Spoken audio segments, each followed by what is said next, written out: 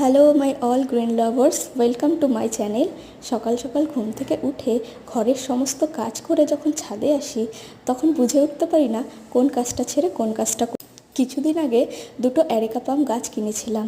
একটা গাছের গ্রোথ কিন্তু খুব ভালো হচ্ছে, আর এই গাছটার গ্রোথ কিন্তু তেমন হচ্ছে না।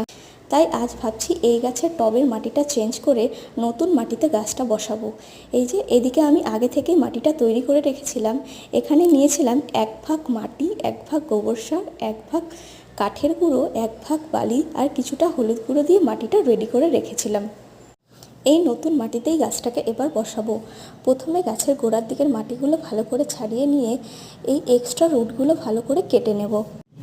কেটে নিয়ে টবের নিচে কিছুটা শুকনো পাতা দিয়ে তারপরে মাটিটা ভরে গাছটা আস্তে করে বসিয়ে দেব। গাছটা বসানো হয়ে গেলে একটু জল দিয়ে কয়েকদিন রেখে দেবো ছায়া জায়গায় গাছটা ভালো করে সেট হওয়ার জন্য।